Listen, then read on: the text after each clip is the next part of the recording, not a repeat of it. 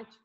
Bom, e aí, os nemátodos, então, o principal representante são as lombrigas, as lombricoides. O representante, a forma de transmissão é pela ingestão de água e alimento contaminado.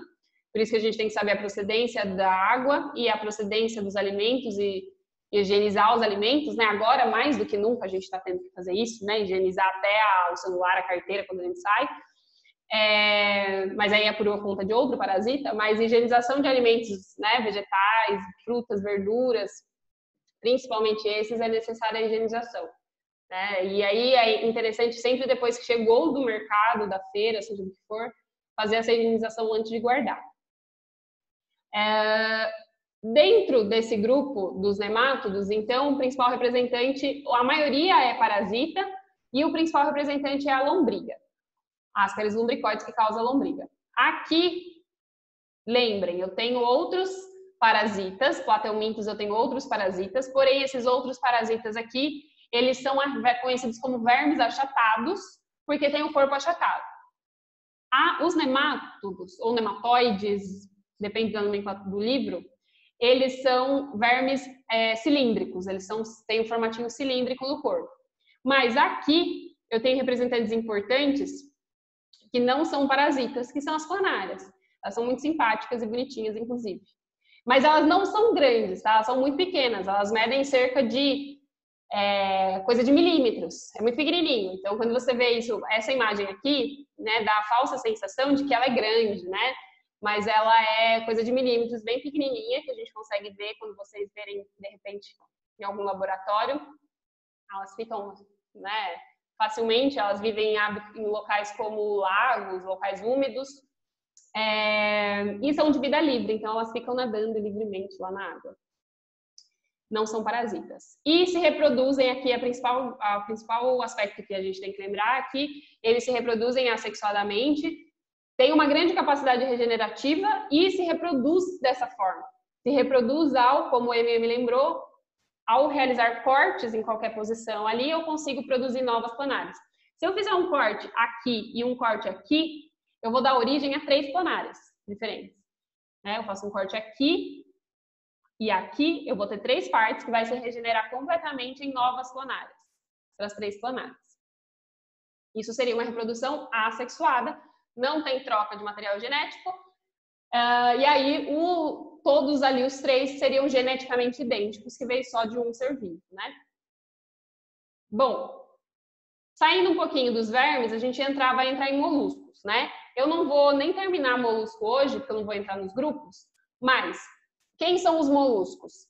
Dentro dos moluscos, aí é um outro filo, eu tenho, né, do reino animal, eles têm corpo mole e geralmente, mas não todos, mas parte deles tem um corpo dotado por uma concha calcária que é produzida, secretada pelo próprio animal.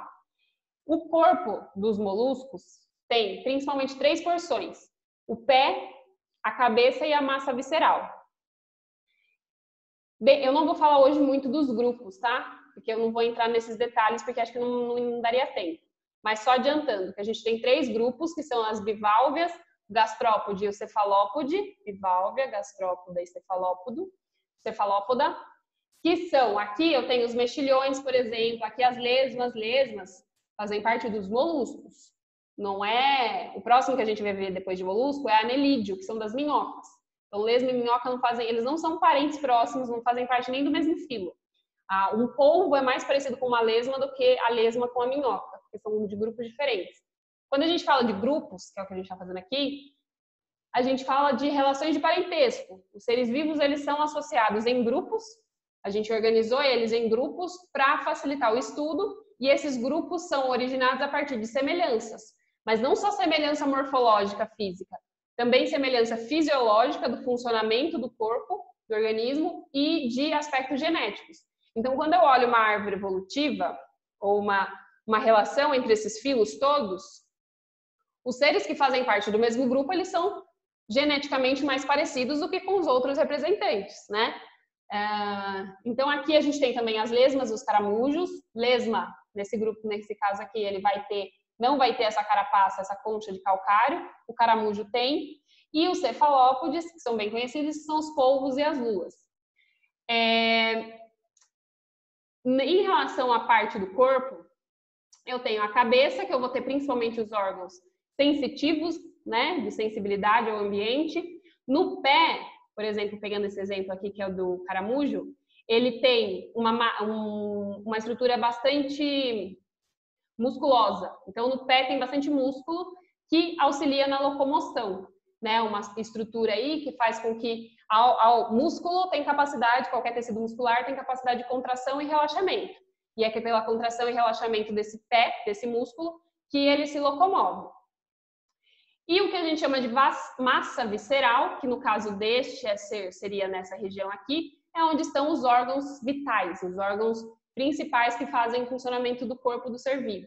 Coração, né, gônadas, e a gente vai ver com calma todos esses órgãos. Aqui eu tenho a concha, no caso desse ser vivo, que é produzida por ele mesmo, principalmente tem calcário na sua composição, dessa concha, e que serve para proteção, né, revestimento e proteção de quem? Proteção principalmente dos órgãos vitais, né, dos órgãos desse ser vivo. Lembrando que o corpo dele, com exceção dessa concha calcária, é mole, né? O próprio nome molusco vem disso, significa corpo mole, né? E todos os representantes aí têm esse corpo mole. Diferente do que a gente vai ver dos bivalves, né? Diferente não. E da mesma forma os bivalves são as ostras, né? Mexilhões, eles têm aquelas estruturas calcárias, mas dentro, o ser em si está dentro, né? Dessa concha. E ele é mole também, ele tem a mesma estrutura dos outros. Bom, gente, alguma dúvida?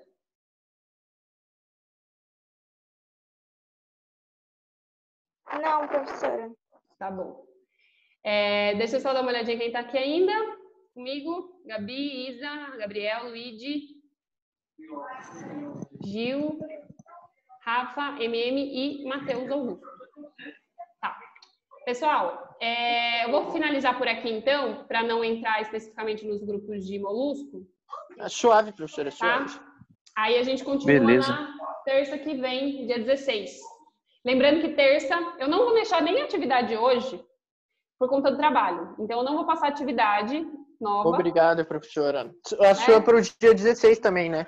O trabalho de todo mundo está para o mesmo dia, o trabalho. Ah, eu passei dia 5 de maio, eu não sei os outros professores. Não, eu sei, eu tô falando que todos os professores colocaram coincidentemente para o mesmo dia. A gente combinou.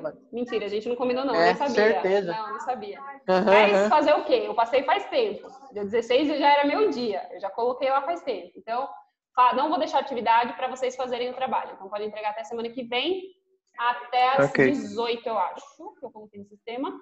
E... dá pra fazer 3 horas, então. Umas 3, ali, né? umas 5h30. Umas 5h30 dá pra... Eu consigo ver o horário que vocês mandam, né? E aí, se eu quiser... 5h45 dá pra... Se eu quiser, eu coloco isso como uma forma de avaliação também. Quanto de antecedência o aluno entregou o trabalho, né? Se ele mas, professora, fazer se eu hoje. escolher... Não, professora, peraí. Mas e se eu escolher... Tipo, o meu trabalho tá pronto, mas eu quero mandar exatamente na hora, porque eu sou um cara pontual. Sei que o seu trabalho tá pronto e você só tá esperando das 6 horas do dia 16. Você não sabe, mas é mesmo. sabe. Bom, fingi que eu acredito. Mas, gente, não esqueçam do trabalho, por favor, dia 16. Semana que vem a gente vai ter live, com certeza eu vou lembrar de novo, porque provavelmente não vai ser todo mundo que vai entregar. Então, daí a gente continua os grupos aí, tá? Lembrando que provavelmente nossa avaliação vai ser dia 30. Então, temos 2 aulas antes do dia da avaliação. E aí, provavelmente, vai ser só dia de avaliação.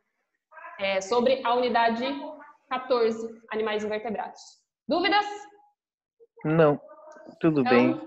Então, boa semana para vocês, bom feriado. Para você também, professor. Obrigada. Fiquem bem, se cuidem, fiquem em casa, por favor. Não é porque o centro abriu que vai sair bater perto. Bom feriado, Tá, gente? Obrigada, Gabi. Tchau, povo. Até mais. Deus. Beijão. Beijos.